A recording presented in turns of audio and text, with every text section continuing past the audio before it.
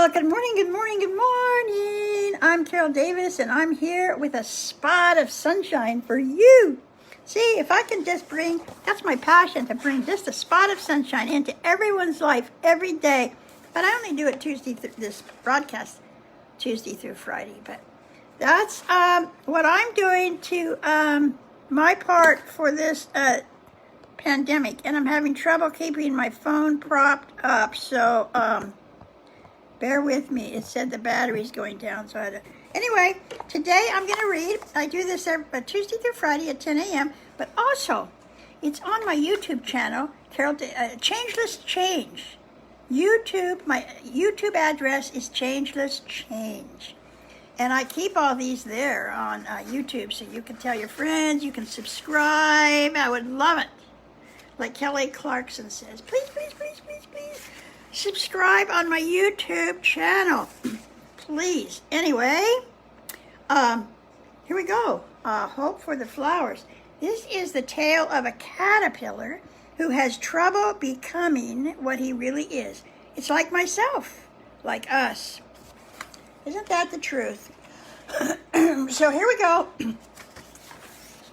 And I would do this to 10:07, then I'll hang up and continue tomorrow. Once upon a time, a tiny striped caterpillar burst from the egg which had been home for so long. "Hello, world," he said. "It sure is bright out here in the sun." "I'm hungry," he thought, and straight away began to eat the leaf he was born on. Oh, there goes my phone. Oh, no. Sorry, it's tipping over. And he ate another leaf and another and got bigger and bigger and bigger. Until one day he stopped eating and thought, there must be more to life than just eating and getting bigger. It's all getting very dull. Sorry, I'm going to have to hold it. So Stripe crawled down from the friendly tree which had shaded and fed him. He was seeking more. Like all of us, huh? Here we go. There were all sorts of new things to find. Grass and dirt and holes and tiny bugs, each fascinating him. But nothing satisfied him. When he came across some other crawlers like himself, he was, especially excited. But they were so busy eating they had no time to talk. Just as Stripe had been. They don't know any more about life than I do, he sighed. Then one day, Stripe saw some crawlers really crawling. He looked around for their goal and saw a great column rising high into the air. When he joined them, he discovered the column was a pile of squirming, pushing caterpillars. You ready for this one? A caterpillar pillar. It appeared that the caterpillars were trying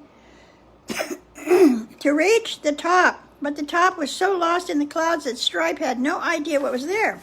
I love this story. He felt new excitement like sap rising in the spring. Maybe I'll find what I'm looking for. You know, this part reminds me of when you go to work for a huge corporation. Everybody's running around with their little suits, pinstripe suits and their briefcases, and everybody's running. They're like climbing this pillar. Nobody knows what they're after. They think they do, but they don't. They want to get to the top because the top is where the magic is. And that's what this Stripe is doing. Do you know what's happening? He would ask his fellow crawlers. I just arrived myself, said the other. Nobody has time to explain. They're so busy trying to get wherever they're going up there. So sorry for, oh no. There we go. I'm so sorry. This is kind of chaotic, isn't it? I'm holding this. We'll try. But what's at the top? Continued Stripe. No one knows that either. But it must be awfully good because everybody's rushing there.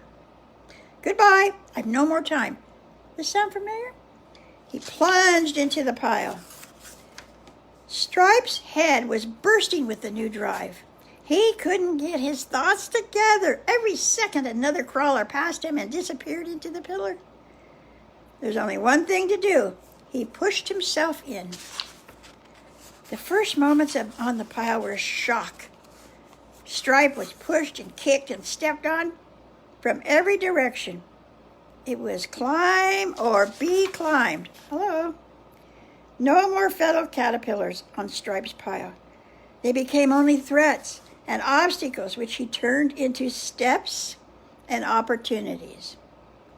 The simple-minded approach really helped, and Stripe felt he was getting much higher.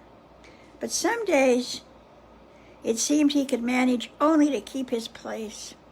It was especially then that an anxious shadow nagged inside. "What's at the top?" he whispered. "Where are we going?" On one exasperated day, Stripe couldn't stand it any longer and actually yelled back, "I don't know, but there's no time to think about it." A little yellow caterpillar he was crawling over gasped. "What did he say?" "I was just talking to myself," Stripe mumbled. "It really isn't important. I was just wondering where we're going." "You know," Yellow said, "I was wondering that myself.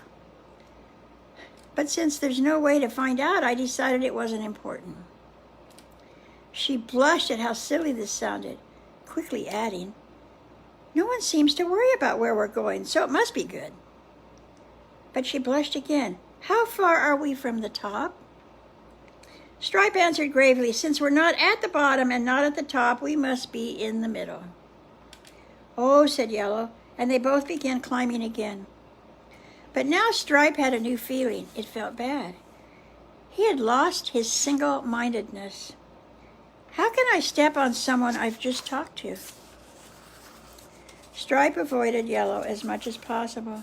But one day there she was, blocking the only way up. "Well, I guess it's you or me," he said, and stepped squarely on her head. Something in the way Yellow looked at him made him feel just awful about himself. Like, no matter what is up there, it just isn't worth it. Stripe crawled off Yellow and whispered, "I'm sorry." Finally, Yellow began to cry. "But you know what? I'm going to start there tomorrow." Yellow began to cry. "Because it's time to stop for today. It's 10:07, and I'm committed to doing only 7 minutes because if any of you are like me, I have the attention span of a gnat. Thank you all for being here. Please tell your friends that I'm also on YouTube. Changeless Change, YouTube. And thank you. I'll see you tomorrow, 10 o'clock. Bye.